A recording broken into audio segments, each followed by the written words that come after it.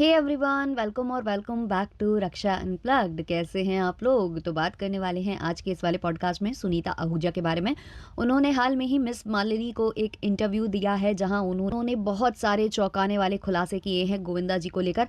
हालांकि वो time to time ऐसे खुलासे करती आई हैं जिसकी वजह से कोई ना कोई कंट्रोवर्सी खड़ी होती आई है, लेकिन अब बारी है और बड़े बड़े खुलासों की, जहां उन्होंने अपने पति के रिलेशनशिप पर बात की है। इससे पहले भी खबरें आई थी कि जो सुनीता आहूजा हैं उन्होंने अपने हस्बैंड को लेकर ये खुलासा किया है। किसी इंटरव्यू में उन्होंने ये चीज़ें बोली हैं कि उनके पति का अफेयर चल रहा है और जो लड़की है वो इंडस्ट्री की नहीं है, वो एक्ट्रेस भी नहीं है, ये भी बोला उन्होंने।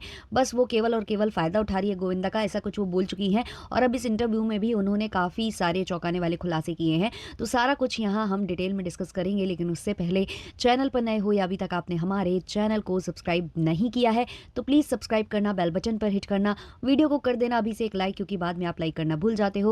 और अगर आप चाहो तो हाइप भी दबा सकते हो।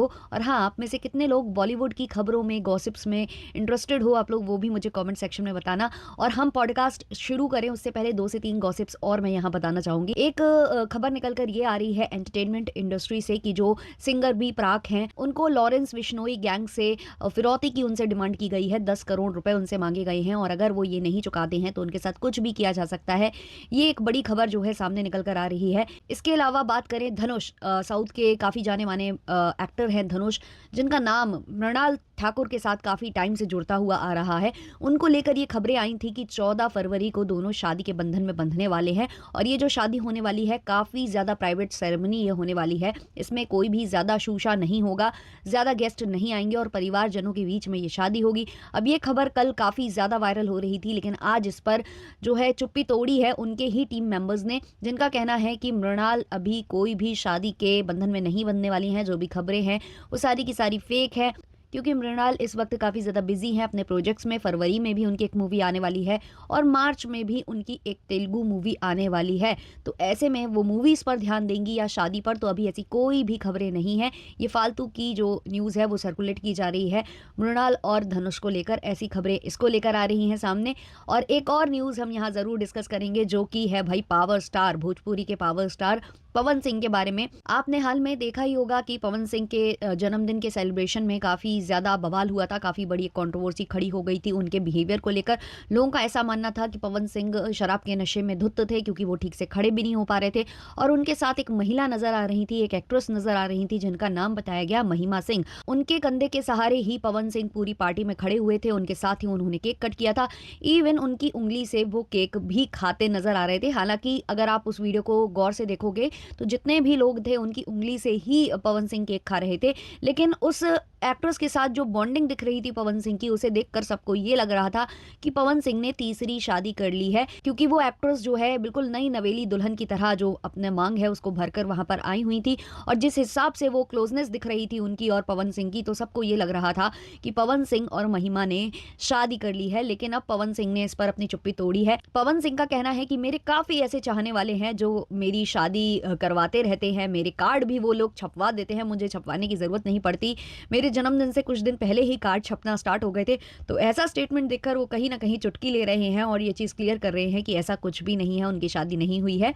बता दूं कि पवन सिंह की 2 शादी हो रखी हैं। पहली शादी उनकी नीलम सिंह नाम की महिला के साथ हुई थी, जिसको बताया जाता है कि ये भी एक लव मैरिज थी। उनके ही किसी रिश्तेदार की वो सिस्टर थी जहां उन्होंने शादी की थी। लेकिन शादी के चंद महीनों बाद ही जो नीलिमा सिंह है उन्होंने अपने जीवन को खत्म कर दिया था। उसमें भी पवन सिंह को दोष रखा जाता है कि उनके कई सारे अफेयर्स थे और वो नीलम सिंह को टाइम नहीं देते थे, इसलिए इस तरीके का कदम उन्होंने उठा लिया था। हालांकि पवन सिंह ने हमेशा उनको देवी जी का दर्जा दिया है। अब हाल में ही बात करें तो उनकी जो शादी है वो हुई थी ज्योति सिंह के साथ, जिनके साथ भी उनका काफ़ी ज़्यादा जो मामला है वो चल रहा है। जैसा कि आप देखते रहते हैं, आए दिन कंट्रोवर्सी होती रहती है।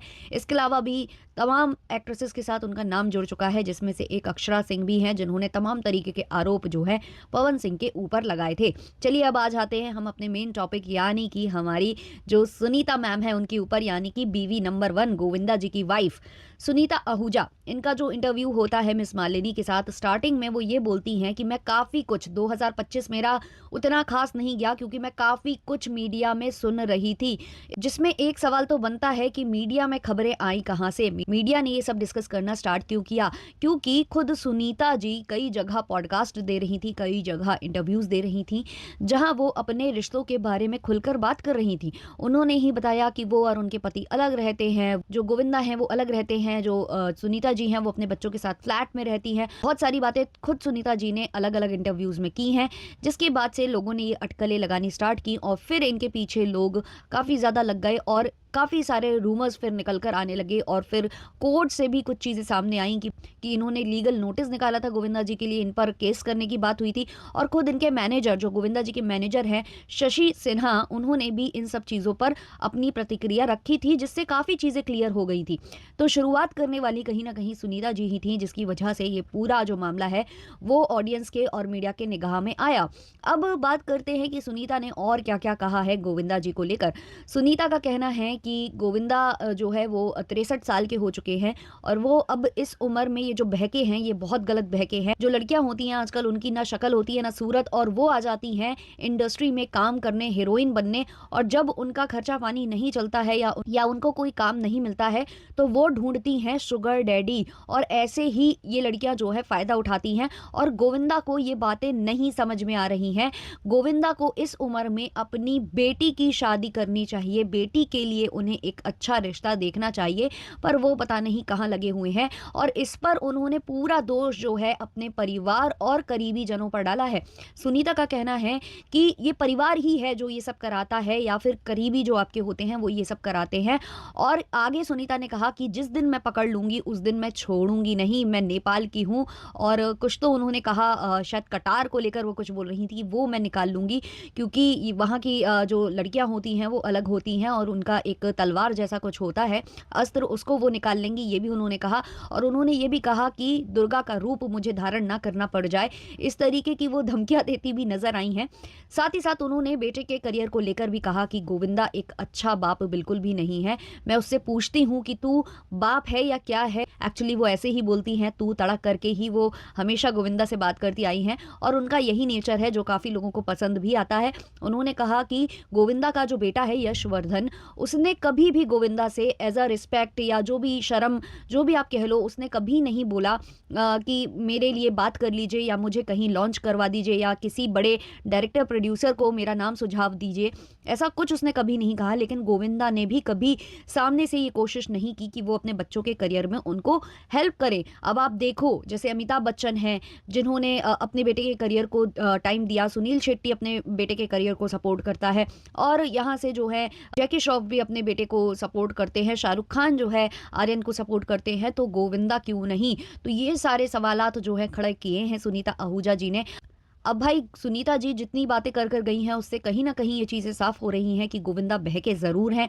अब वो लड़की कौन है, क्या है, इसके बारे में शायद जानकारी जो है सुनीता जी को नहीं है। और जो वो बातें इतनी गोलमोल करती आ रही थी कि गोविंदा पॉलिटिक्स में चले गए थे या गोविंदा का ऐसे लोगों के साथ उठना बैठना था, लेट नाइट पार्टीज चलती थी, इसलिए मैंने घर शिफ्ट कर लिया या मैं अलग से फ्लैट में रहने लग गई, वो एक सही रीज़न था या फिर यही रीज़न था जो वो बता रही हैं कि शुगर डैडी गोविंदा बन चुके हैं किसी लड़की के लिए, और उसकी वजह से जो है प्रॉब्लम्स उनके फैमिली में क्रिएट हो रही हैं और काफ़ी कुछ गलत हो रहा है। अब ये तो भाई या तो सुनीता जान सकती हैं या गोविंदा। बाकी आप लोगों को इस पर क्या लगता है? आप लोगों को क्या लगता है कि सुनीता जो बोल रही हैं वो क्या सच है? क्या सच में सुनीता को कुछ नहीं पता है, अभी पकड़ना बाकी है? क्या जब वो पकड़ेंगी तो मीडिया में आकर चीज़ें बताएंगी? क्या लगता है आपको? कमेंट सेक्शन में ज़रूर बताइएगा। चलिए मिलते हैं नेक्स्ट वाले वीडियो, नेक्स्ट वाले पॉडकास्ट के संग। तब तक के लिए बाय बाय।